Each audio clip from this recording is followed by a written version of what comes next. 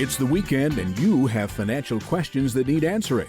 That can only mean one thing. It's time for Jill on Money, the show that takes the mystery out of your finances. Here's your host, Jill Schlesinger.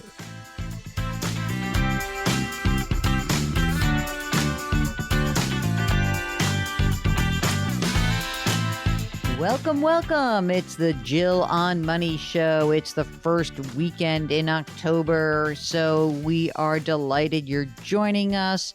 Maybe you're pre-gaming a little bit. Maybe you're on your way doing some errands. Maybe you're just getting some provisions because as of October 1, you are now getting ready to complete the new FAFSA form. Yes, ladies and gentlemen, it's time to get your college funding numbers set up and in the system. You know, Mark, everyone waits till next spring to submit these FAFSA forms. They don't realize that a lot of money is given out on a first-come, first-served basis. So get cracking on those financial aid forms. Let's go. It's studentaid.gov. That's where you have to go. Or just type in FAFSA in your browser. You'll find it. We are the program that helps take the mystery out of your financial life, and we are sponsored by Hassett Wealth. Hassett Wealth provides financial planning, conflict-free planning, and they do it with a flat fee. And that's kind of cool because you know what you're getting into before you start the arrangement. Hassett Wealth is trying to help as many people as possible with their financial planning needs, and they do that by making sure that there are no wealth or account minimums. Hassett meets you where you are. They conduct goal-based financial planning. You'll get a dedicated, certified financial planner, not just a random person in a call center. So check it out. FassettWealth.com. That's where you can find them, and you'll see all sorts of information right there. So, all right, we would like to hear from you. Send us your questions. Just shoot us a note, ask Jill at jillonmoney.com, or you can just go to the website, jillonmoney.com, click that contact button. Tell us what's on your mind. We have someone who actually wrote us a while back. She and her husband in their 50s, and they were very clear that she said, I don't want to go back full time into the workplace. So this was back in June. We gave her some guidance about like, hey, you know what? Don't worry. You should try to negotiate. And she really was going to try to hold firm. So she says, I spoke to you guys in June. I've got a follow-up question.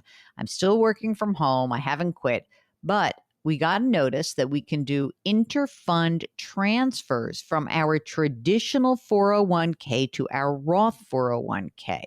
So if you, I went back to the information that she had, which is they have income, right? So she, let's see, her husband works currently and also gets a pension. So he makes about 120 grand. She makes another 40 or so. It's $160,000 a year. Let's call it about 165. She also has an old pension. So Mark, the opportunity to convert into from the current 401k into a Roth would mean they'd be converting at the 22% tax bracket.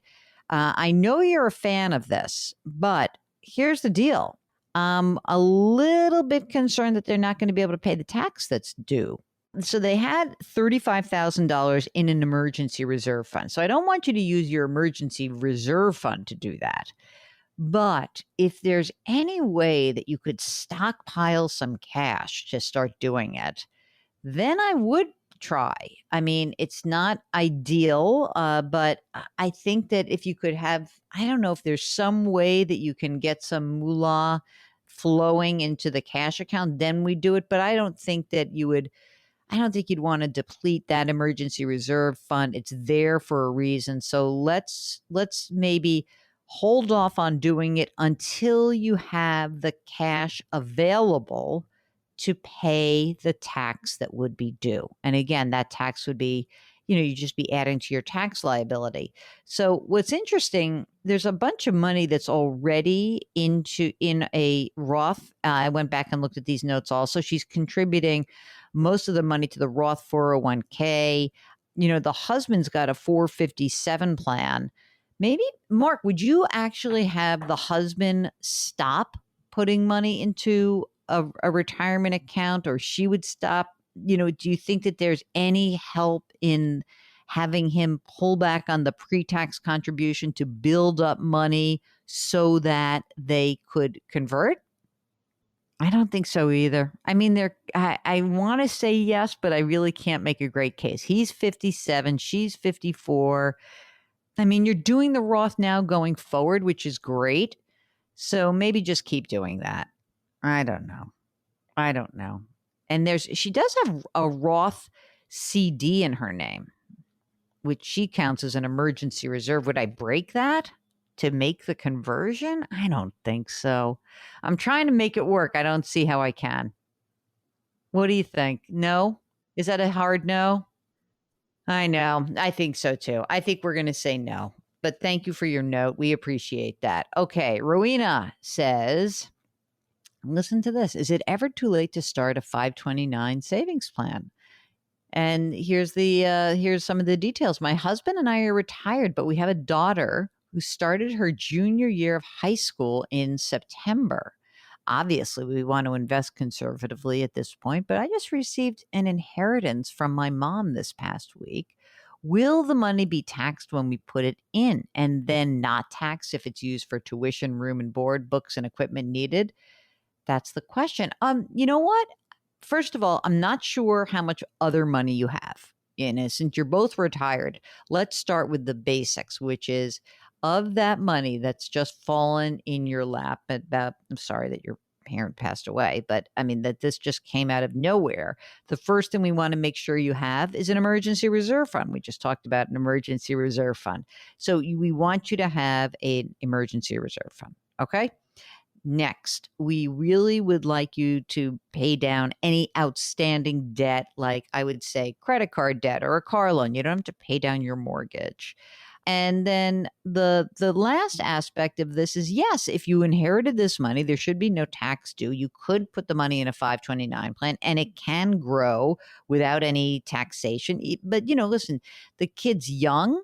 And so you can't take a ton of risk, but I think that I would consider doing it at least for a couple of years, even if you just kept it in a safe account. But don't be too risky with it because you need to access the money, in the next couple of years. So if you want to follow up with a few more details, we'd be happy to help you with those. And of course, would be delighted to have you come join us on the air and at any time. So give us a shout and follow up and let us know a little bit more about yourselves. Okay, good. All right.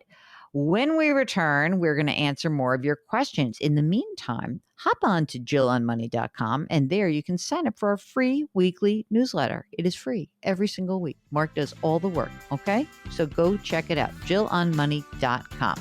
We'll be right back.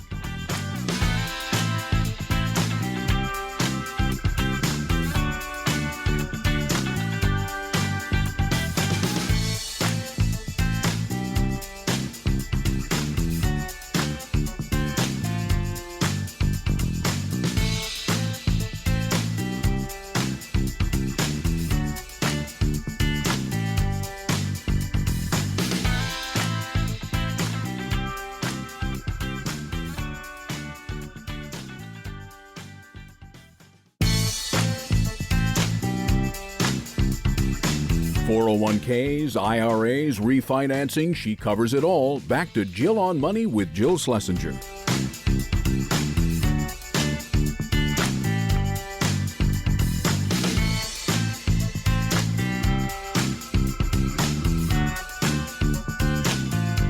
You're back. It's Jill on Money, and we are here to try to take the mystery out of your financial life. And we do that by hoping and begging and cajoling you to ask us your financial questions. Just go to the website, JillOnMoney.com, and you can click the contact button and we'll get your note. And then you will very magically be prodded by Mark to say, come on the air with us. Not all of them. Not every person who writes, I know, wants to come on the air, but it's so much better when you join us in the Capital One virtual studios. Capital One, This is banking reimagined. What's in your wallet? See how I slipped that right in, Mark? Capital One, right there. Anyway, I would love for you to join us because we have a lot of fun when you come on the air with us. We just do. The other thing is that sometimes we will uncover something that we may not have seen right off the bat from your email. So do join us. That's what's going to happen right now. Dana from Pittsburgh is on the line. Welcome to the program. What can we do for you today? Hi, Jill. Thanks so much for having me today. I reached out because I need some sound advice from you. I'm going to be moving to Washington, D.C. with my spouse and 2 children who are in elementary school. And we have them enrolled currently in private schools. And we're trying to decide whether it makes more sense to purchase a home, probably in the Northern Virginia area, or to rent. Interesting question. It's one of my favorites.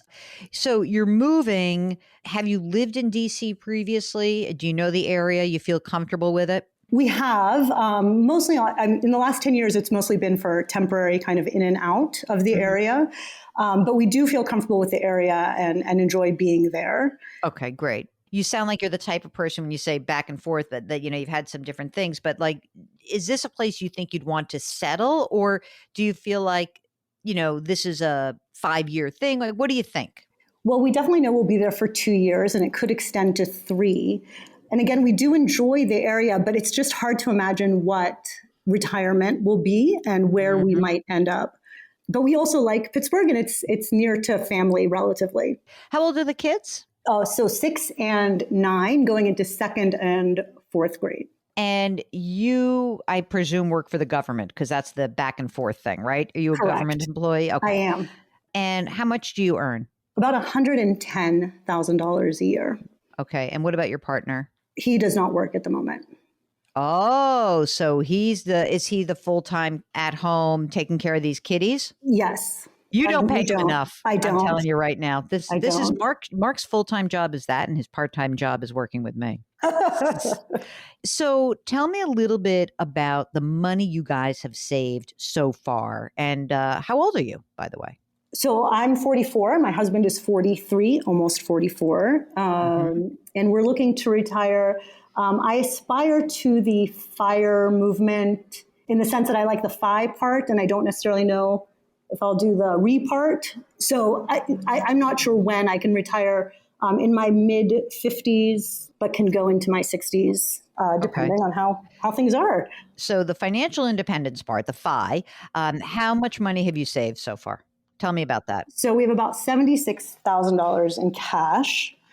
And then we have about $1.4 million in investments. That includes my TSP, but then also some other accounts held with Vanguard. Okay.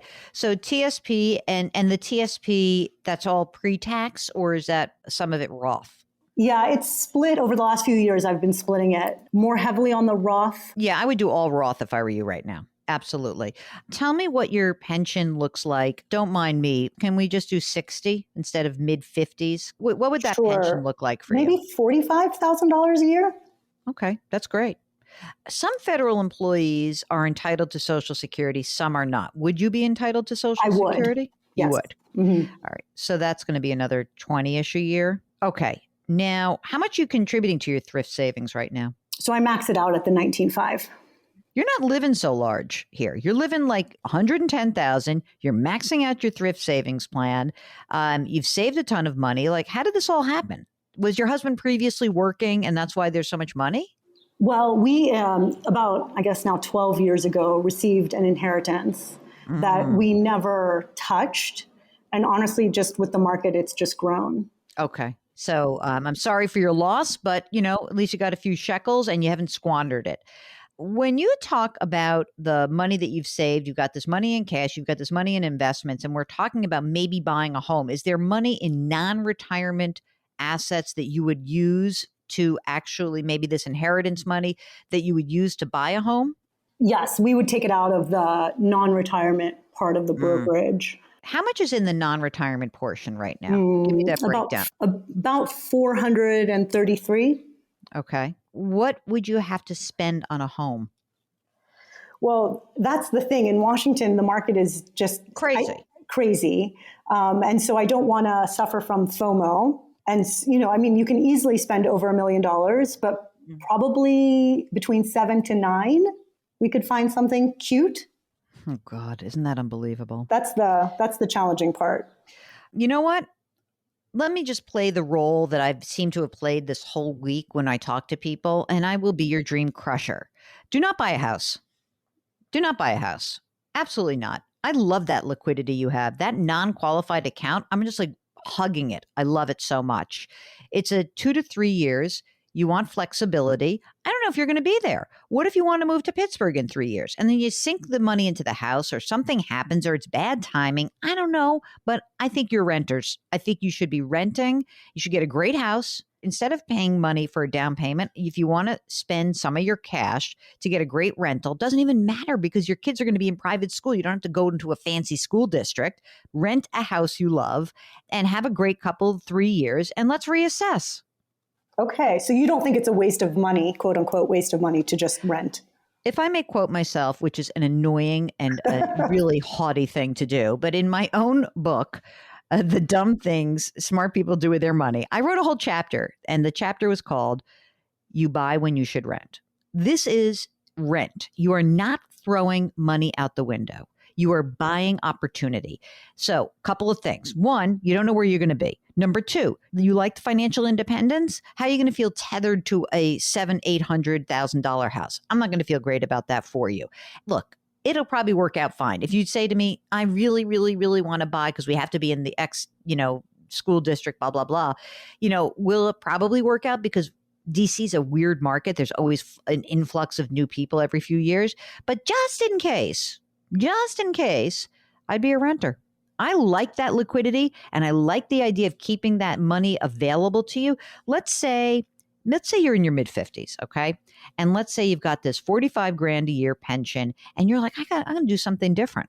And my husband and I are going to do this, that, and the other thing, or the kids are in a different place and we're really good. And you want to do something different and you want to let those retirement assets grow. You've got to have this non-qualified account, this non-retirement account available to you. And if it's sucked into a house, which I can almost guarantee that it will not be 700,000. I bet it's going to be closer to 900,000, which means you need 200 grand of your beautiful, like you're basically using half of that beautiful liquidity and shoving it into a down payment on a home. I'm all about the renting. All about the renting. That's what I needed, those wise words. Yeah. And by the way, go buy yourself a nice house in Pittsburgh in a few years. And you know that it's going to be a lot more affordable than in DC. I think you're in great shape. I think that you've done a very good job. Definitely all Roth for you because of your tax bracket and keep doing what you're doing. And Fantastic. And if you feel like the urge and you really want to buy something, call me back. Okay. I will. Thanks so much, Jill. Okay, if you've got a question like Dana, rent versus buy, or anything else going on in your financial life, shoot us a note. Ask Jill at jillonmoney.com or go to the website jillonmoney.com and hit the contact button. We'll be right back.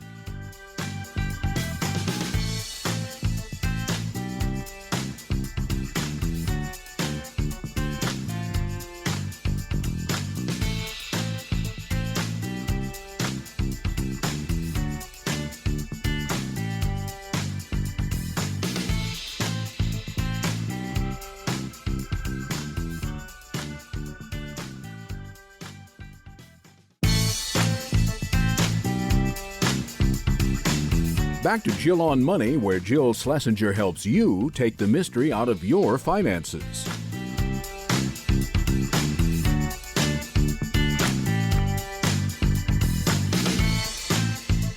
You're back. It's Jill on Money, and we are here to try to help walk you through whatever financial decisions you're trying to make. And Mark, I always get these great surveys out from different organizations, and I got one out from, I think it was Discover Loans, about those FAFSA forms that we talked about at the top of the show. I just cannot believe how many people just don't fill them out. And there is an estimate that basically like 40% of people say, I don't apply because I don't think I'm going to get the money. And in fact, of those people, a whole bunch of them would have gotten money had they just completed the form. It's less than an hour, ladies and gentlemen. Please just fill out the FAFSA form. Just do it. Okay. You never know. All right. It's your gateway to getting money for college. All right. We want to bring you on the air. And we, for the next few segments, are going to have a great conversation with Jake in Pennsylvania. Welcome to the show, Jake. What can we do for you?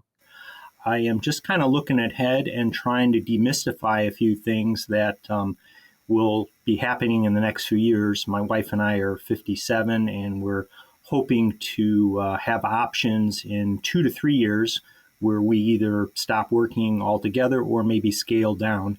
And a couple of the things that I'm trying to get a grasp on is how will we handle health insurance as early retirees, as well as looking at how we might best use our retirement assets to support this early retirement. Yeah, I mean I think that's a real important issue. And there was some talk around some of the plans that were coming out from the government about how we should try to expand Medicare eligibility to people who are over 60 rather than 65, but that hasn't happened. So let's talk a little bit about the situation you're in as you contemplate retirement in a couple of years. So tell us a little bit about what's up. In other words, how much money do you make now? How much money do you think you're going to need? And how much money have you saved? So let's start with how much do you earn now between the two of you? So right now, my wife is working and I am not. Her salary is $90,000. She has opportunity for bonus. I am looking for work at the moment, actually trying to find meaningful part-time work. That would be my preference. Early days on that. If you look at her $90,000 actual salary, can you pay your bills based on that amount of money? Yes, we can. We're doing that, and also able to continue to make retirement contributions. We occasionally do have to dip a little bit into our emergency/reserves fund to pay some bills, but that's really only because we are continuing to fully fund her Roth 401k and our Roth IRAs, respectively, during this period of single income. Okay, so let's talk about some of those assets right now. So your retirement assets are totaled about how much? So between the two of us, we've got about 2.4 million. And the way that breaks down is 1.4 million is in tax deferred funds and 1 million in various Roth accounts. How much is in that emergency reserve fund right now? 120,000. And you own your home? We do. And we have no mortgage, no debt. Do you have a sense right now that what it would take for you to actually just pay your general bills? And you said you're contributing out of that 90,000, you pay the tax that's due, you make contributions to your retirement accounts, but do you know what your actual nut is? Is it something like 50 or 60 grand a year? What is it, do you think? I do know. And it's been interesting because the pandemic has certainly affected that. So I kind of look at it with more than one lens, because life as it is now will hopefully not be what life is in the near future. So pre-pandemic, we spent about $60,000 per year, and we're spending at about $48,000 during the pandemic. So when I've looked forward at retirement years, I'm kind of thinking that we'll need around $72,000 net income to support some of the things we want to do, such as travel. Will either of you be entitled to a pension? My wife will. She has to begin taking at age 65, and that's our plan. And that would be about $26,000 per year. And I'm quite certain it's not adjusted for inflation. But still nice, right? It is. Yeah, it's definitely a benefit from a job that she had for a really long time. And Hannah kind of suffered through some of that. So she left with something good. Yeah, I mean, it's interesting, though. Like, if you think about this, if you look at, say, age 65, you'll have the pension, and then you'll both have Social Security.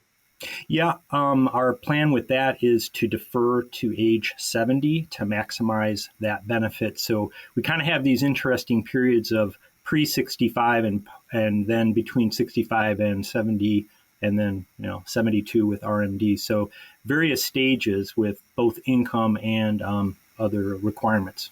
you sound like you're the kind of guy who's run all of your numbers. So I'm just guessing that the retirement numbers look fine, correct? Yeah, I've run them. And then also we do have an advisor. My career was in nonprofits, and I was fortunate with 3 employers over about 28 years to have TIAA as my retirement plan. So we continue to work with a TIAA advisor, and according to them, in addition to my own analysis, the numbers do look good from a retirement perspective. So let's talk about these different chunks of time. Essentially 59 and a half, you both are going to call it quits. Is that right? Or do you think you'll have some income? I'm just trying to look at this period between, say, 60 and 65, the income that is coming in. Will there be any income between 60 and 65? Yeah, I'm going with the model of no. If that changes, if there's some kind of part-time income, fine, but I'd rather go with the most demanding of situations. And is it your intention to take the money out of the traditional, what's now $1.4 million of tradition? You're going to pull money out of that account, or those accounts rather, in order to get that 70 grand that you need? Yes. Okay. We're going to get back to Jake in just a second, but if you have a moment during this break, go to JillOnMoney.com, go to that website, bookmark it, and that way you can come back whenever you want. It's so easy. JillOnMoney.com. We'll be right back.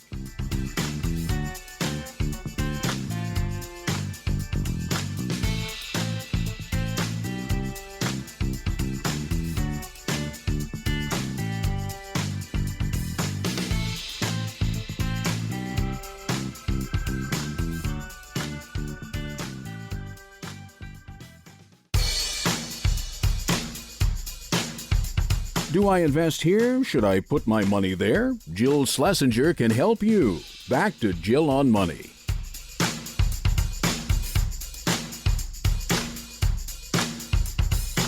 You're back. It's Jill on Money, and we're going to get right back to our conversation with Jake in Pennsylvania. If you ever miss these, you're just coming to tune in, you can always catch our show after the weekend, end of the weekend. Go to JillOnMoney.com, and Mark has the show there. So here is more of our conversation with Jake from Pennsylvania. Why am I asking all of these annoying questions? Because I am trying to figure out if you go into the Affordable Care Act, which is, what I think most people would be looking to do. Obviously, it's sort of like maybe the lowest bar of entry. And then I'm also trying to see what is the amount of money you have to earn that entitles you to some premium adjustments or credits. And it does appear to me that if you guys are making income of, I don't know, let's say you pull the money out and it's $80,000 or $77,000, it looks to me like the maximum that you would be paying for your health care coverage. This is for a family of 4, but I think that, essentially for a couple, it would be about right. I think the most you end up paying is, let's say, $7,500, $8,000 for this. Maybe it'll be $10,000 if you want to, like the super duper plan. So when you told me net income of $72,000, were you including an extra $10,000 for the cost of health care? I was not. So I think that what you need to do is just make that adjustment in your head, and I think that is going to be, unless you can buy, so a couple of things. Obviously, if you can keep working and have access to healthcare in some way, shape, or form, even if it's like some part-time, that would help. But you can see that this starts to really change the calculus. Before the pandemic, you were paying $60,000. Now, why does it go up to by an extra $1,000 a month? Because of what? Travel. But before the pandemic, when you said you weren't doing any traveling? No, we were doing some traveling before the pandemic. Since the pandemic, we really haven't done it. But I guess I'm wondering why the number jumped. That's 60 to 72 is like a real number. It's like a real extra $1,000 a month, right? And right. My question really is, I guess, are you sure that that's accurate? No, it is speculative, but it's kind of based on an ideal and, being able to kind of travel more and as we wish. So I thought I should budget rather liberally for that. Well, I mean, look, there's a couple of things. I think you can probably do this. You're going to drain some money out of your accounts for 5 years, and it's like real money because you're going to end up having to take out of these traditional accounts. You're going to have to take like $100,000 out in order to net what you need, probably a little more even, because you're going to have to pay for your trips and pay for your life, and you're going to have to also pay for your health insurance, right? So you're going to be taking out just, off the top of your head, just think about this for, those 5 years, $100,000 at least out of the 1.4 that's in traditional. So a couple of things, implications there. One is that you have to have the money invested, or you have to have that money that you need for each year in cash, because you can't afford to be playing around with where the market is. So whatever the number is we kind of come up with, maybe it's 110, maybe it's 100, whatever, you're going to have that money set aside. And the rest of the portfolio for those 5 years, it can't be so aggressive. You can take some risk in the Roths, but not in the traditional. Because you're only a couple of years away, I'm not entirely sure you need to be making all these retirement contributions right now. And to some extent, I think it would probably be better for you to beef up your emergency reserve. Assuming you make no income, I think you're going to want a larger emergency reserve fund. And then, once you get to 65, obviously you go on Medicare and you have the pension income, so you don't need to take so much money out. But again, I would like you guys to be focusing on pulling money out of the traditional accounts, because you'll be in a low tax bracket and you're not going to be claiming Social Security yet. And we do want to drive down your required minimum distributions as much as possible as you start claiming Social Security at age 70. Yeah, that's in alignment with probably the top scenario and plan that I'd kind of figured out for myself. And my calculus showed that I need $110,000 annually for that period from the pre-tax money to get to a $72,000 net for spending. And it includes the cost of healthcare at essentially full market price. Right. So, I mean, look, I think it's you can do it. I'm going to ask a dumb question. Is she miserable at work? No, she's in a good job now. So why is she going to quit in 2 years? Well, it's not a certainty, but we've been trying to set ourselves up for options. Okay, I like options, but I don't like that we have to set something up and be like, okay, we have to now implement the plan. Every year she continues to work is a year that you don't have to pay for health insurance. Exactly. And one other thought I had more recently was, even when she does quit, we may look at what's the cost of COBRA for the first 18 months, because that may be competitive and it's a really good plan. So that might be a way to kind of stretch that period where we're able to have good health insurance and maybe at a more reasonable cost.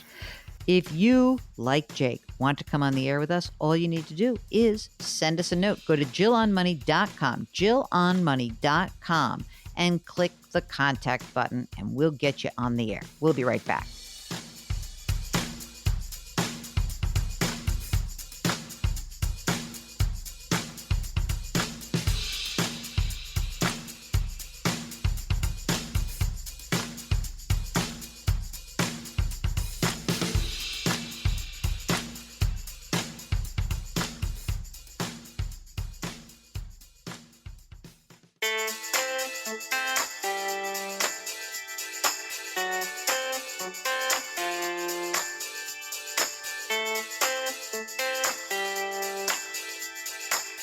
You're back. It's Jill on Money. And before we finish up the hour, we are going back to Jake in Pennsylvania. More often than not, at least from, boring old Jill's perspective, the longer you work, the better the plan is. And as long as, you or your wife, as long as you are modestly happy in what you're doing, and maybe you will get part-time, gosh, I mean, it really is tough to go from $90,000 to zero.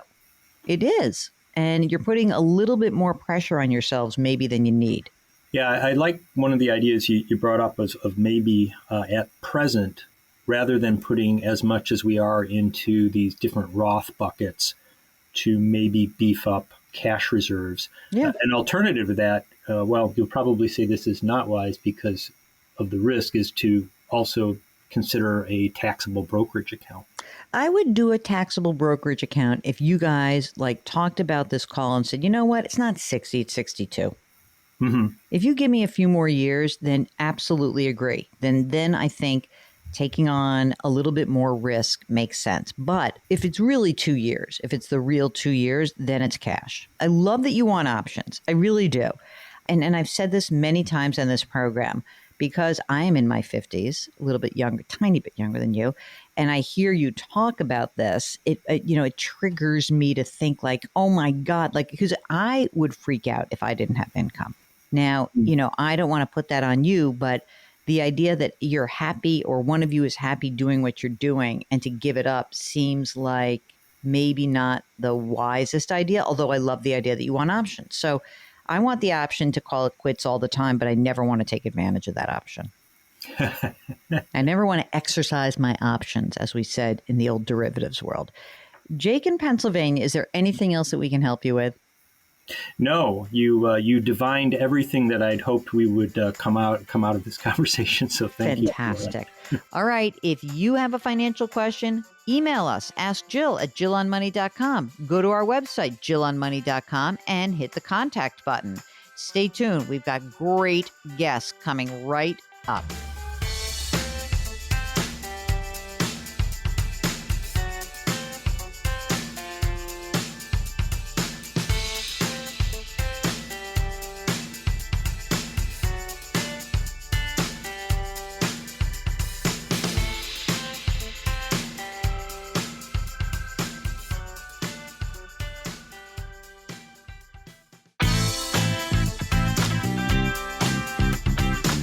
It's the weekend, and that can only mean one thing. You're listening to Jill on Money, the show that takes the mystery out of your finances.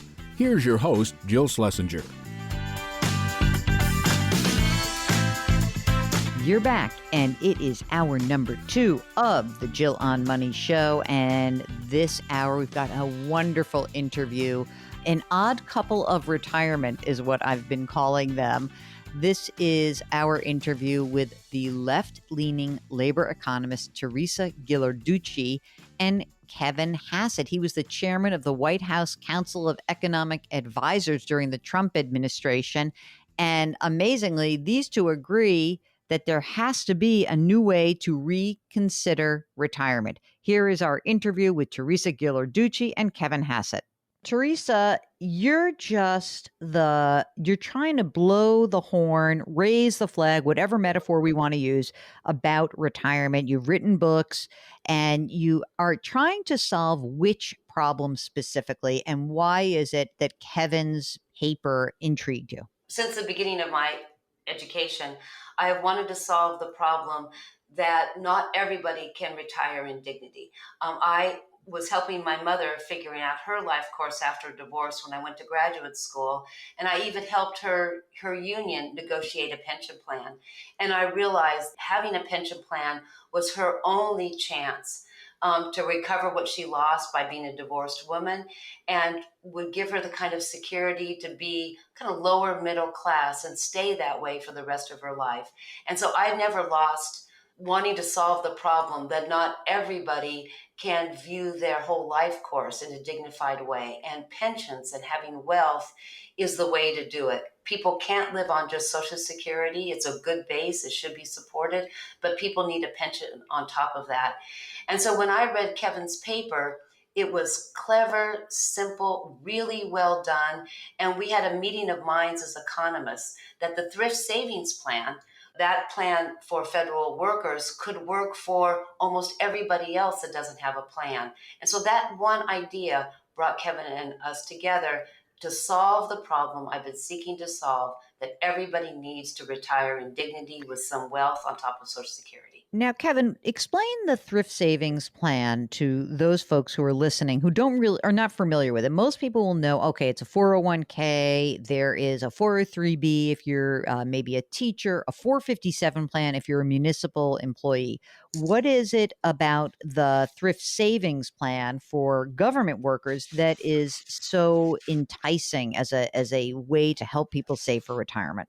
Well, the thing that I found really exciting about the thrift savings plan is that, as a consumer of the economics literature, one of the things I've done is just notice over the years that people have sort of figured out why it is that savings is so inadequate in the US. In fact, as an aside, one of the chapters of my dissertation was about savings, and it's the last time I wrote about it because I decided no one's ever going to be able to figure out savings. But it Hmm. turns out that like some Nobel caliber work has figured out that, behavioral economics is really important for figuring out why people save and why they don't, that people tend to want to get satisfied today, even though the gain from saving for tomorrow could be really large. And the cool thing about the thrift savings plan is that this government, bureaucracy produced a savings plan that takes advantage of all the latest cutting edge research about how people behave. And so what it does is it solves the sort of procrastination problem by auto enrolling you to contribute the correct amount, about 5%. And they auto invest in an index fund, which is really low cost, which is what you should do. And so they do all these things which you could opt out of, but it turns out that people don't, because once they're sort of signed up, then they figure it out and they stop procrastinating and they do it.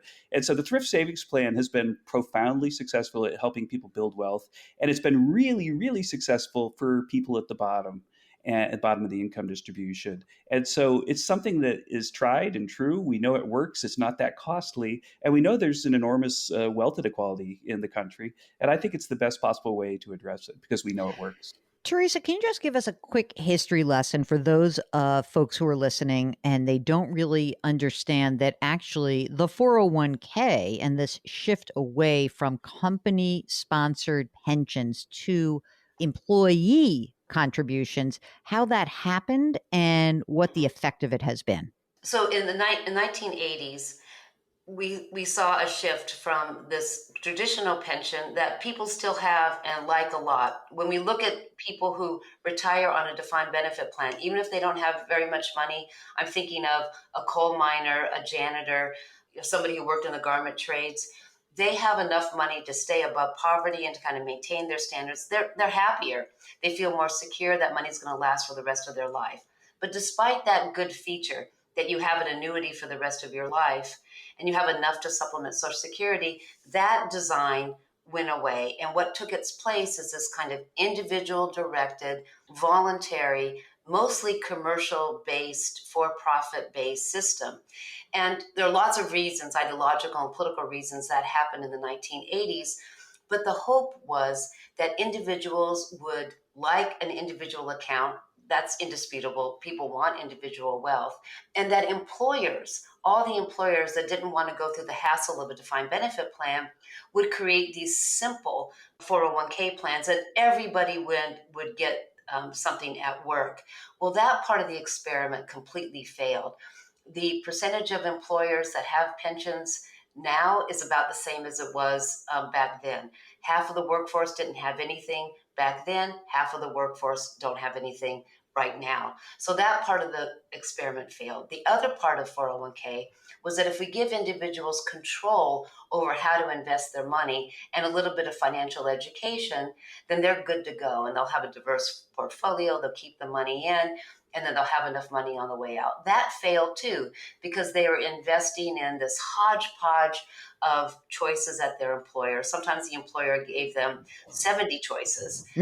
If you didn't know anything, you put it in kind of cash, or cash equivalents. And if you were a cowboy, then you went into the brokerage. But both of those strategies gave you sort of a terrible return. And then you took money out when you left your job, or you wanted to remodel your kitchen, or you had to send your kids to school. I mean, you could take money out of your retirement plan, even if it wasn't for retirement purposes. But Congress kept on piling on tax break and privilege on top of that. So the only people that really won from this 40-year experiment were people who had really high-paying jobs, employers that, contributed quite a bit. They got the big tax break for it, and they had kind of stable lives. They maybe only had one spell of unemployment. They only had one divorce, so those people accumulated well, invested well, they had good advice, and then they had enough money, when they retired. That's about 7 to 10%. So the system has failed. It was this experiment in individual control. And what I really liked about Kevin's paper was that he saw that the federal government had a much more evidence-based design. They got their people in, low, high, middle, high-income employees, help them, give them a choice of portfolios. Jill, you've been talking about this on your show all the time. Index funds, a well-balanced fund, and then TSP gives a way for people to annuitize that in a way that's not exploitive. We'll get back to our interview with Teresa and Kevin in just a second. If you've got a question about your retirement, shoot us a note. It's askjill@jillonmoney.com, or if you're on the website jillonmoney.com, just click the contact button. We'll be right back.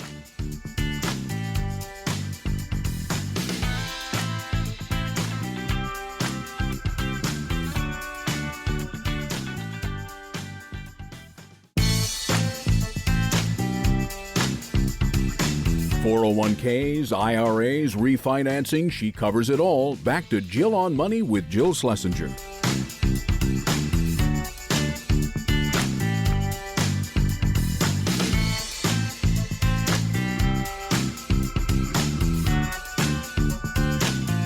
You're back. It's Jill on Money. And we are in the middle of a great interview with Theresa Ghilarducci and Kevin Hassett. She's left, he's right. They both think that our retirement plans here in the United States stink. What's really interesting to me is that they had this long paper about the way to figure out how to get to a better plan. But this factoid freaked me out. The median retirement savings balance for the bottom 50% of American families is zero.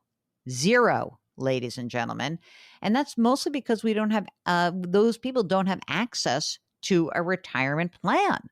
I think it is really interesting to always have two different sides come together and coalesce around a smart approach, especially when the smart approach already exists in something called the Thrift Savings Plan. And if this could be the model for retirement for all Americans, well, these two, Teresa Ghilarducci and Kevin Hassett, they believe that that would be the key to really figuring out how to get beyond this retirement bind that we are in this country. Here is more of our interview with Kevin Hassett and Teresa Ghilarducci.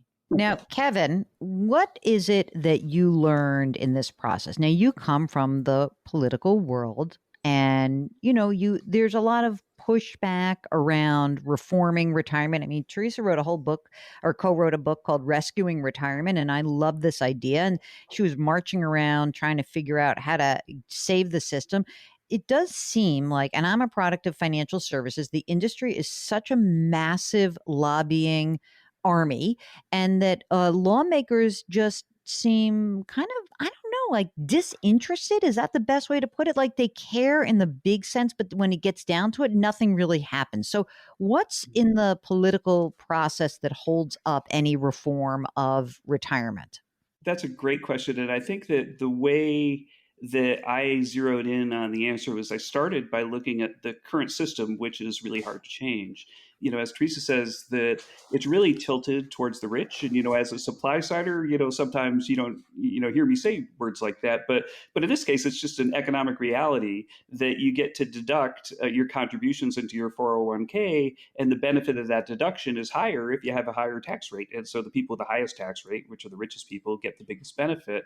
And moreover, I think that with catch-up contributions, the cap this year for 401k contributions, Teresa, correct me if I'm wrong, is $64,500. Yeah, yeah. I mean, 64,500, that's a lot of money, and all of that money gets sheltered against, a top marginal rate that's Mm-hmm. going to be in the 40s if you're in New York City, right? And so it feels like we've got this retirement security system for people who are already secure. But if you're a person who's not taxable, if you're a person living close to the poverty line, the value of that tax treatment is zero. People want high marginal tax rates, or politics has produced high marginal tax rates. And one of the ways to offset the potential harm from that people have pursued is, this 401k thing, that sort of political realities have jumped in front of sort of sensible policy, I think. And so people who are worried about the negative effect of high marginal rates are happy to take the 401k, dodge, because they think it reduces the harm from. Okay, but wait a second. High marginal tax rates. Tax Mhm. rates are about as low as they're going to be. This is the time to maybe do something, considering tax rates are so low right now. I mean, it's insanity to me to think that, you can make 300 grand as a couple and your highest marginal tax rate is 24%. I mean, that's insanity. The point is just that, and again, I don't want to litigate marginal rates, that the political system produced this thing where marginal rates are really important for deciding who's saving, or who's getting a tax subsidy for saving. And what Teresa and I are saying is the marginal tax rate should be kind of irrelevant. What should matter is that you can see that there's massive wealth inequality, and that all that money you're spending on a tax break for the $64,500 for the wealthy, if you took a little bit of that and used it to help people at the bottom, start to have a retirement fund, then it's amazing what you could accomplish in a small amount of time. I want to tell you a funny story. So 100 years ago, I was an investment advisor, and I would have government employees say to me in the 90s, I have this terrible retirement plan. It's called a Thrift Savings Plan, and I don't get to invest in technology funds. I just have this horrible plan. There's hardly any choices. And as it turns out, it is really the model, because the Thrift Savings Plan, as you guys outline this in the paper, low expense ratios, you're automatically enrolled. There's a match. It's pretty simple in terms of allocation. You get rollovers. You don't have conflicted managers who are running these funds, right? Basically, get a good chunk of asset management that is essentially pretty reasonable in terms of pricing. And the plan itself is not hard. So, how do we expand the thrift savings plan to everyone? How would it actually work? Thank you, Jill. That was a great, that was a good summary of Kevin and my paper about here's this design of a good pension system sitting right in front of us.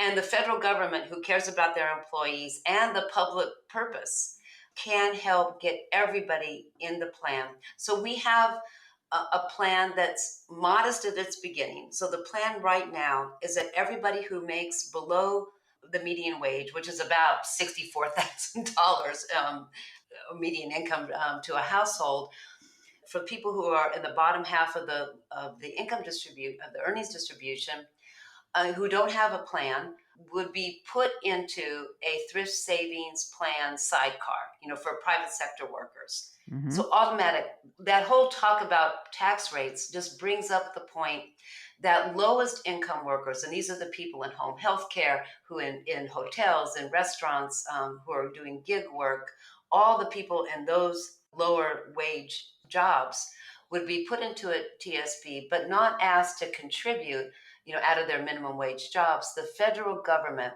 instead of giving big tax breaks, or in top of getting big tax breaks to people at the top, would give a supplement, would contribute for that worker, so that workers would save a little bit, but the federal government would provide the other match. And that's the beauty of TSP, that works because there's a match, and that's the beauty of our plan. So that's the way we're going to do it, Jill, is that everybody who's not in a plan, who are making below a certain amount, half of the workforce, would be put into a TSP for most, what we call it, for most plan. By the way, I went to tsp.gov. You can actually take a loan. It's the same thing. You can borrow up to $50,000. I would ban that. Jill, every time I testify in Congress on this, I say, stop with that. Congress, if you want to have emergency savings for people and you want to give tax breaks for it, then do that, but call it emergency savings. This is actually something that's a work in progress. And you can see Teresa and I kind of disagree, and a lot of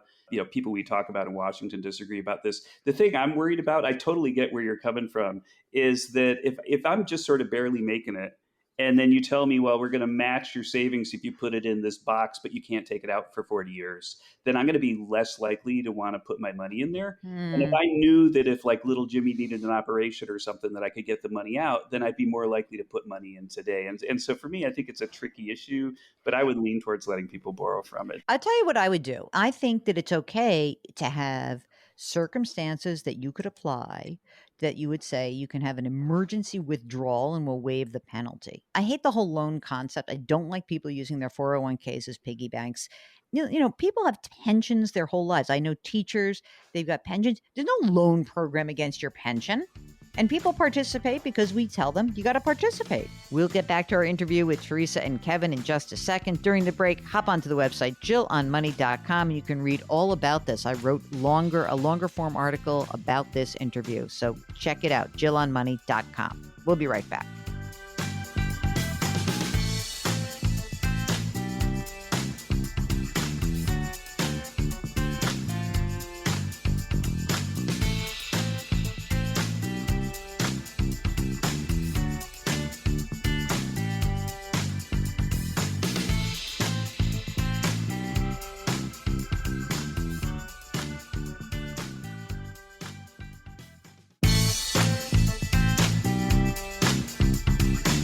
Back to Jill on Money, where Jill Schlesinger helps you take the mystery out of your finances.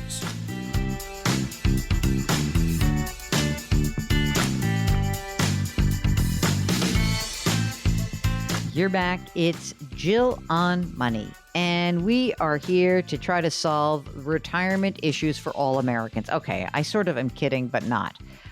We have great guests. Teresa Ghilarducci, she's been on the show a couple of times with us, and Kevin Hassett. He was the chairman of the White House Council of Economic Advisors during the Trump administration. Teresa, I think she would actually say that she herself is a left-leaning labor economist. They've come together to talk about how we can use the Thrift Savings Plan, the government's federal retirement savings plan, as a way to help people gain access to retirement savings. So here is the conclusion of our interview with Teresa and Kevin. Kevin, all of your former colleagues, are they they're like, oh, come on, dude, why are you working with this chick? I want to know a little bit of the backstory, name names and embarrass anyone you wish. Go forth. Tell us what's the reaction been? Well, you mentioned that Teresa's a recidivist on your show, but I'm kind of a recidivist of working with, well-known Democrats when there are good policy ideas that both people ought to support. And, one example is that, Dean Baker and I, and then even Jared Bernstein is in the White House now, have worked together on a couple of policies that I really liked with Dean. We were the guys who helped craft the change in the unemployment insurance law so that there'd be more work sharing. So you could take cut your hours by 20% and get 20% of your UI benefit. I think that helps, people in bad times stay employed and keeps them from becoming long-term unemployed. And Dean and I worked closely on that. Jared Bernstein and I worked closely on opportunity zones. And so I think that, finding areas of opportunity where everybody ought to agree because it's just a good idea is something that I've been doing for a long time, and I'm just thrilled that in the retirement space there's something like that Teresa's attracted to. Jill, Kevin and I come from different political worlds, but we do share a profession as economists, and this area, having a way that everybody can accumulate savings from the beginning of their career, save it, invest it well without the conflict-afflicted advisors, without the bad choices, and then have it be their wealth to supplement Social Security is really an economist's idea that we are both Kevin and I care about the public purpose, and we want well-designed programs. And This area, it's kind of simple. As you say on your show, you have to accumulate enough money, do it consistently, start early, invest it well, and then deaccumulate it so it lasts your lifetime. So we have a very lovely way to come together to say for equity and for efficiency, we need to have this program available to everybody. I'm on board, but I'm worried that you're just not going to get the attention in the middle of this polarized political climate, and also one where, it's so weird when I hear about all the energy that has going into various bills that are up, blah blah blah, infrastructure, this, that, and the other thing. It always feels like retirement is like the afterthought. I Oh yeah, know. let's do this thing. Oh yeah, I or know. like, okay, yeah, let's. Oh, we have a Secure Act. Okay, so now you can do all sorts of weird stuff. No stretch IRA, right? But like, there's weird stuff, and then of course, amid the pandemic, you had all those changes, like RMDs waived and all that stuff. But Mhm. all of that was done in a vacuum of this time constraint called COVID. Why can't we get the attention of people around retirement? It would certainly, I mean, Kevin, in your universe of people who are very concerned about debt and deficit, it would certainly behoove us to stop weighing on the system and plan ahead of time for retirement rather than having people basically retire and being poor and tapping the government for help. Yeah, and exactly, Teresa and I make this point that one way to think about whatever the budget cost of this is that you're borrowing at almost a negative interest rate. That's what the government's increased deficit does, but then investing it in, basically a bundle of financial instruments that have a much higher rate of return, stocks and bonds. And so for society as a whole, it kind of has to be a net positive, right? Because you're borrowing at a low rate and investing at a higher rate. And so I think that logic like that should eventually draw people together. I think it's hard to predict when everybody's going to decide to be an adult in Washington. It happens, every now and then. But I think that the job of policy analysts like me and Teresa is to have some good ideas sitting there ready to go. And once people decide to try to do the right thing and work together. Okay, that's a really good point about how policymaking. I mean, Kevin and I and other people have to have the plan and the research there available if it's going to have a take up. But retirement is a lot like climate change, that these are investments now for big returns later. And it's really hard for people to see the later. But I think there are a couple of reasons why now is the time that these tweaks to the retirement system actually may balloon into big, broad reform. One is that boomers are reaching retirement with their expectations not being met. So there's going to be a real political movement around this kind of downward mobility in retirement. It's just something has to be done.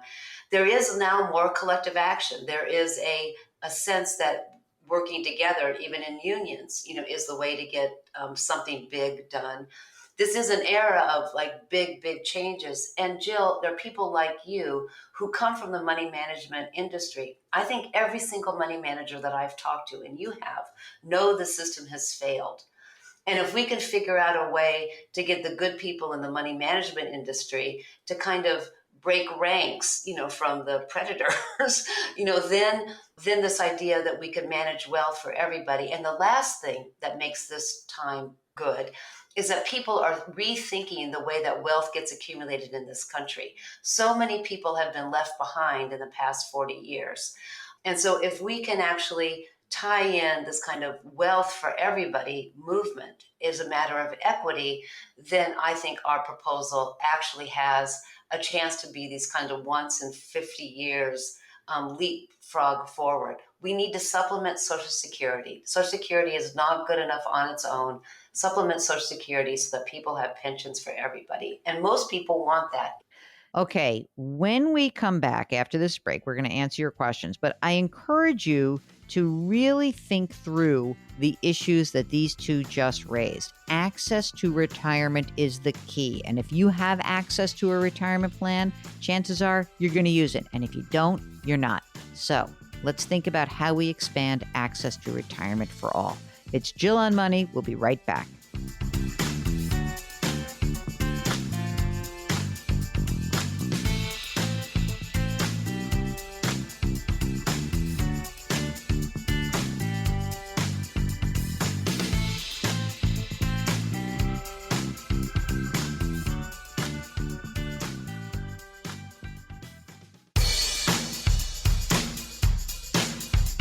Do I invest here? Should I put my money there? Jill Schlesinger can help you. Back to Jill on Money.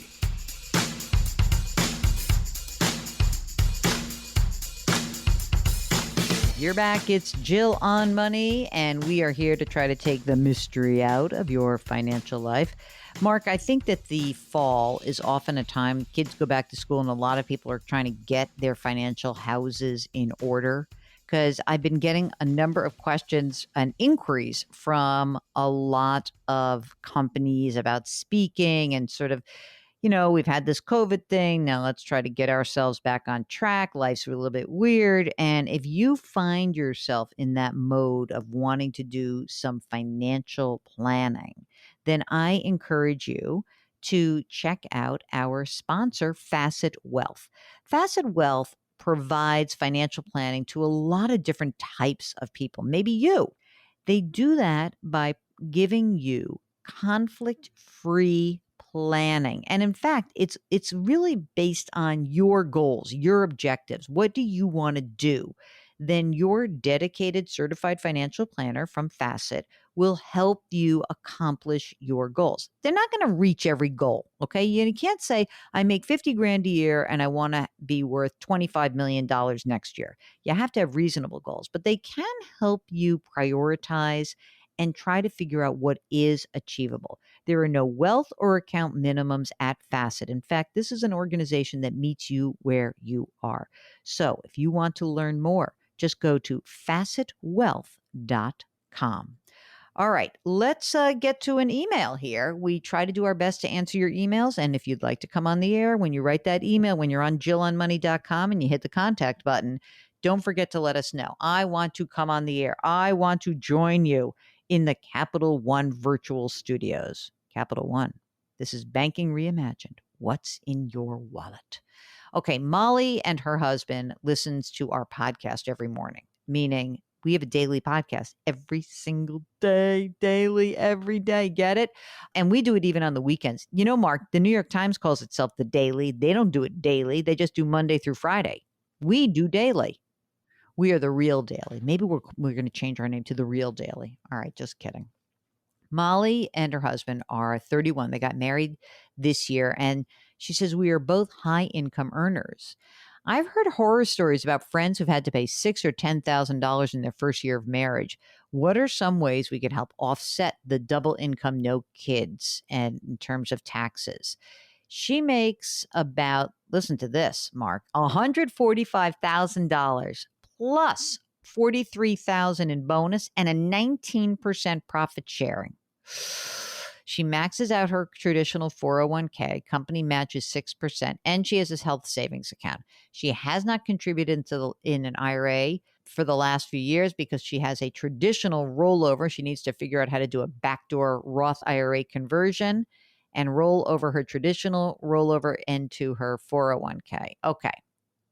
So, all right, let me just go back for a second. So, Molly, the first thing you have to do is whatever is in your old traditional rollover, all you need to do is roll over that to your current 401k. That is actually easier to do than you would imagine. It is essentially you contacting your current plan holder and telling them what you want to do, and they will walk you through the steps. It's very easy to do. Molly goes on to say there's 140 grand in her rollover. So we want that to go into the current 401k. She's got 100 grand in a brokerage account. She's got $79,000 in a Roth IRA. And she's got a bunch of money in savings and checking. And they have a joint account also. So, they're doing fine. Husband makes around $325,000. Yowza. And he's got some restricted share units. And she says he took your advice, sold a few RSU shares in 2021 that are long-term capital gains to diversify our portfolio. He maxes out his retirement and HSA. He also sold his condo this year that he was previously living in and then rented out when we purchased our new home. The condo appreciated a bunch of money when he sold, no debt. They've got a mortgage of $620,000. Last year, she writes, she bought into the Kathy Woods investment fund called ARK, ARKK. and she's put 15 grand into a few different funds. She says, I'm down by 2,500 and thought I would sell that and put it into some of their more stable funds. All right, Mark, what do you want to do with Molly? Okay, Mark's like, what do you want to do? You're going to have tax liability. Okay, here's what you're going to do. Sell that stupid Kathy Woods fund. Who cares? You'll have a loss. That's great. That's good to have a loss. Then what I would do is I would really try to make sure that you are taking advantage of everything you can take advantage of in terms of keeping your investments very tax efficient. And what do I mean by that? Like you go into some of these funds or like there's any high turnover funds, get out. And then only once a year are you going to rebalance in that brokerage account. And if you're going to pay some taxes, you're going to pay some taxes. You can withhold a little bit more if you want to make sure that you don't have a surprise. But honest to God, I'm kind of in agreement with Mark. Like you make a lot of money, you're going to pay some taxes. It's okay, right? I mean, it really is. So let's not fret too much about it. What I do think would be very smart for you to do is now that you've brought your lives together and now that you are going to look ahead, just see how you do this tax season. And if you don't like any surprises, you have so much money that's saved already. I wouldn't worry about writing a check. It's not that big a deal. It happens every year to lots of people. If you want to over withhold a little bit, you can do that, but not my favorite. I'd rather write a check than over withhold. That's just me. All right, it's Jill on Money. Stay tuned. One whole segment left. We'll be right back.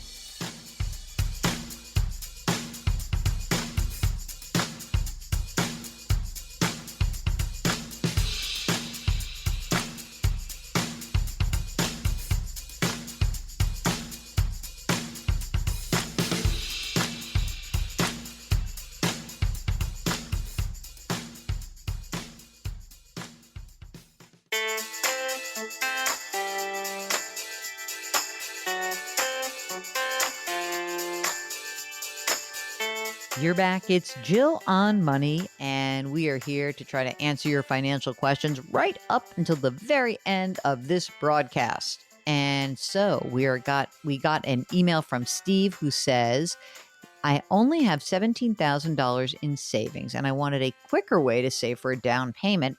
Home purchase is going to be 5 to 7 years away. I'm considering opening a brokerage account to put some savings in it. What would be the best fiduciary to consider opening under these circumstances? What's the best way to invest to minimize risk?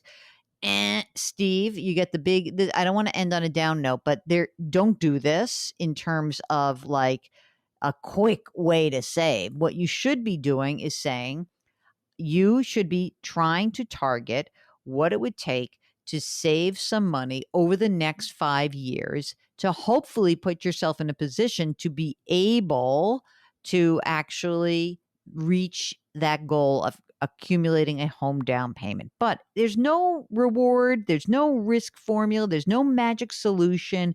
What I feel like you're asking me is like, what's my get rich quick for the next 5 years? That doesn't exist. If you want to go to Vanguard or Schwab or Fidelity and you want to take a few different exchange traded funds or mutual funds and you want to buy a nice mix and it's a balanced portfolio, nothing too risky, then sure. But I have the sense, I don't know about you, Mark, but didn't you get that sense reading that email that he wants a little bit of like, I want to pop fast. I don't know. I'm a little worried. And by the way, if that $17,000 is also your emergency reserve fund, none of the emergency reserve fund can be at risk. All right. That's it. That's the program.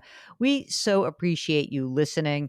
We've got so many great resources on the JillOnMoney.com website. I encourage you to check it out. You can read columns. You can listen to past shows. You can actually subscribe to our sister broadcasts. One is called Jill on Money. That's a daily podcast. And then we've got the Eye on Money 2 times a week where you get to hear Mark's voice, which is, as far as I'm concerned, the best. That's the best podcast that we do because Mark's on it with me. We want to remind you that here at the Jill on Money Show, we really want to encourage you to take the next best financial step for you. Send us your questions. Let us know how we're doing. Our music is composed by Joel Goodman. Mark Talercio is the executive producer. And we would like you to try to do something nice for someone else today. Thank you so much for listening, and we'll talk to you next week.